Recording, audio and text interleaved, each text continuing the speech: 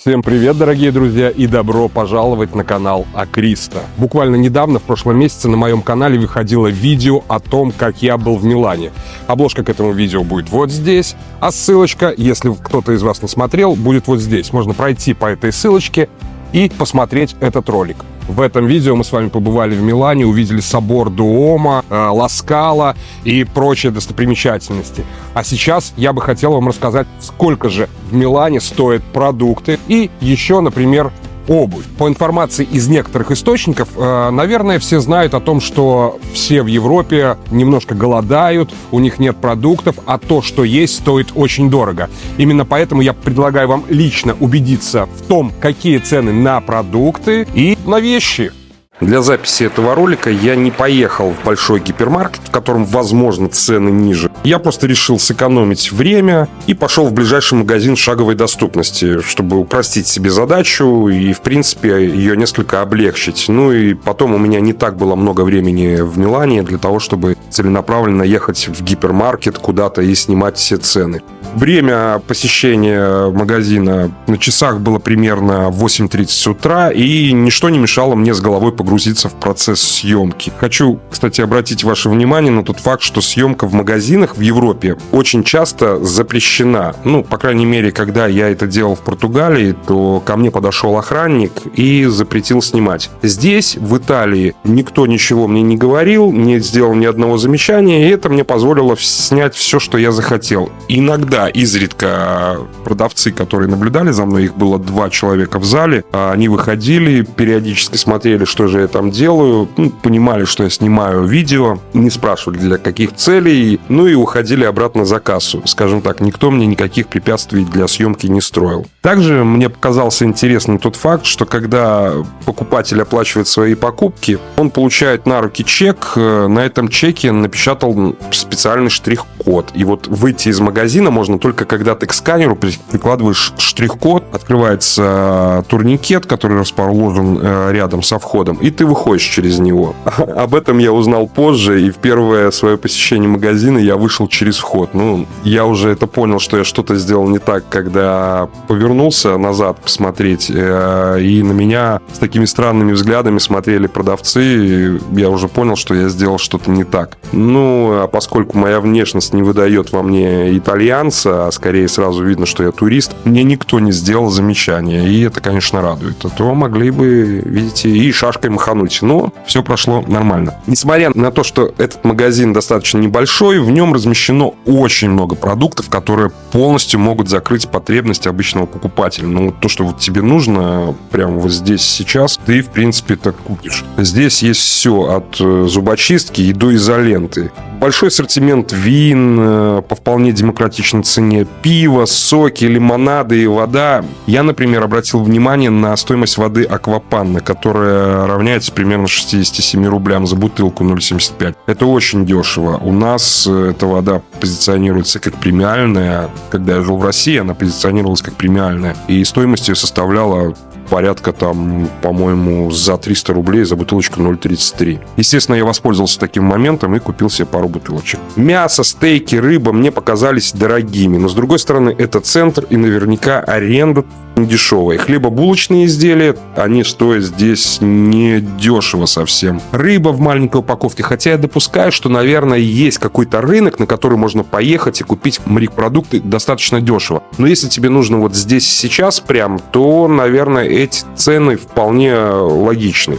Овощи, в принципе, меня никак не впечатлили ни ассортиментом, ни ценой. Ну, и оно и понятно. Никто прям не намерен там создавать прям какую-то большую ассортиментную матрицу по овощам. То есть достаточно всего того, что там есть. Там приготовить яичницу, пожарить картошки, сделать что-то из перца. Поэтому все нормально. Но я думаю, что, кстати, в некоторых случаях проще сходить в кафе, купить там какой-нибудь салатик, и это будет, возможно, даже дешевле, чем нежели ты купишь каких-то овощей и сделаешь салат дома сам. Колбасы, там, например, мортаделла или прошутто, мясо, в принципе, стоят подороже, чем в Черногории. И, ну, естественно, и дороже, чем в России. Но это совершенно другое качество продуктов. То есть вы, когда их берете, пробуете, вы понимаете, что вы до этого то, что вы ели, это, ну, можно сказать, что вы ничего не ели. Сыры, конечно же, ассортимент не такой большой, как можно представить во всей Италии, но еще раз говорю, делайте поправочку на то, что это магазин шаговой доступности, и здесь представлено только вот то и в том объеме, что необходимо купить. Нутелла, например. Нутелла стоит столько же, сколько и в Черногории. Честно говоря, не обращал внимания, сколько она стоит в России. Ну, 5,50 за большую банку, в принципе, мне кажется, достаточно логичным. Ну и с другой стороны, еще также и кофе здесь стоит достаточно, на мой взгляд, прилично по сравнению, опять же, с Россией. Но с другой стороны, итальянцы, я думаю, не то, что я думаю, я даже знаю, что они не пьют растворимый кофе, и, скорее всего, он им просто не нужен. Они пьют все нерастворимый, молотый и все остальное. И их вот эти известные всем кофеварки, которые позволяют готовить кофе везде, здесь, сейчас, и как бы очень вкусно, можно вполне обойтись без растворимого кофе. Что касается шоколада, да, он немножко дороже, чем везде, но я думаю, что позволить себе купить шоколадку это не стоит достаточно больших усилий, и та цена в несколько евро вполне себе приемлема. Что поразило, конечно же, вот цена на фрукты и овощи, она немножко, на мой взгляд, ну, как бы подзавышена. То есть там картошка за 1,5 килограмма около там 2,5-3 евро. Это великоватая цена, большая. Цена на яйца, это просто зашкаливает немножко. Наверное, можно забыть об этих продуктах. Она составляет порядка 2 евро за 6 яиц.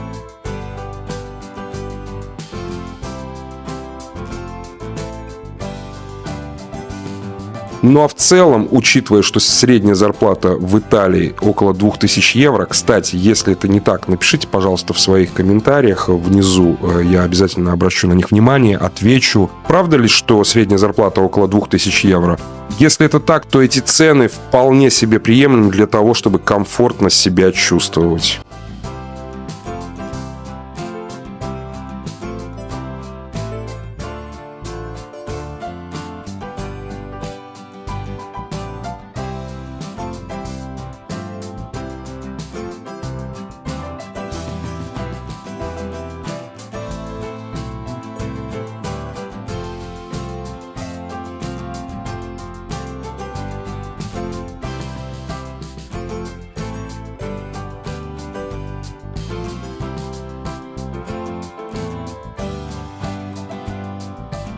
А теперь, друзья, мы с вами отправляемся на шопинг Scala Milano and More. Это аутлет, который расположен в пригороде Милана. И давайте посмотрим, что же такое аутлеты по-милански.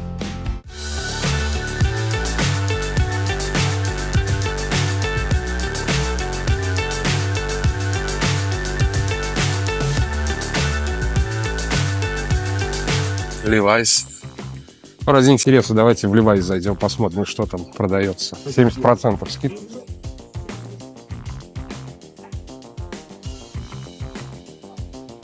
Вот кедики 35. Кедики 35. Ремни 24 евро. Носочки 9 евро. 13 евро за 3 пары. Футболки 27. Рубашки минус 50%. Пойду посмотрю Timberland. Ну вот относительно новая модель. Стоит она 119 евро. Прикольная. Вот это классические ботинки Timberland. Цены не вижу. Чего-то. Ну какая бейсболочка прикольная. TBL. Сколько стоит? 24 евро. Такие футболочки 34 евро. А здесь внизу у нас ресторанный дворик, как вы видите. Зайду в New Balance, посмотрю, сколько там кроссовочки стоят. Классические модели. Вот это 110 евро. Вот эти мне, ну не прям такие, 120 евро, 120 евро. Не могу сказать, что я прям в восторге, потому что такие цены достаточно стандартные. Я бы не назвал это аутлетом. Вот эти вот прикольные кроссовочки. 120 евро. New Balance женский, 110 евро. Пойдемте дальше посмотрим. Кстати, а какие цены в вашей стране, если вы смотрите из другой страны, не из России? Можете написать, какие цены сейчас в России на эту продукцию, если у вас есть какая-то информация. В общем, мне интересно, напишите для сравнения магазин Puma. Дисконт 50%, но 52, 49. С этой стороны это женские все модели, 63. Давайте посмотрим мужские. 49, 49. Ну, всякие коллаборации по 84. Насколько вот такие интересные? Не написано. 66. Интересная цена. 84. 70. 36. Если это то, что я думаю, то они стоят 35 евро. Да, это они. 35 евро. Nike. 73 Air Max с 30% скидкой. 54. 129. 52. 62. 47. Вот такие космические Nike за 80 евро. 62. Под дождем не походишь. Здесь у нас эксклюзив. Такой зеленый Air. 189. Прикольно. Очень интересно. Вот тут прям такие кеды. Охренеть. На велике, что ли, в них кататься? За 97 евро. 44. 38. Так, друзья, выходим из Nike. В принципе, ситуация понятна. Есть модельки, которые достойны внимания. И пройдем в Adidas. Ну, такие оригинальные кроссовки, что немаловажно. Вот здесь вот кожа. Сколько они стоят? Я так понимаю, они 77 евро стоят. Вот эти вот 53 евро. Man Original 70 евро. Такие луноходы классные. 59 евро. А вот такие бодрые. Со шнуровочкой. С такой интересной. Сколько стоит? Так, 91 евро. Вот этот Adidas 55. 55 евро стоит. Кеды.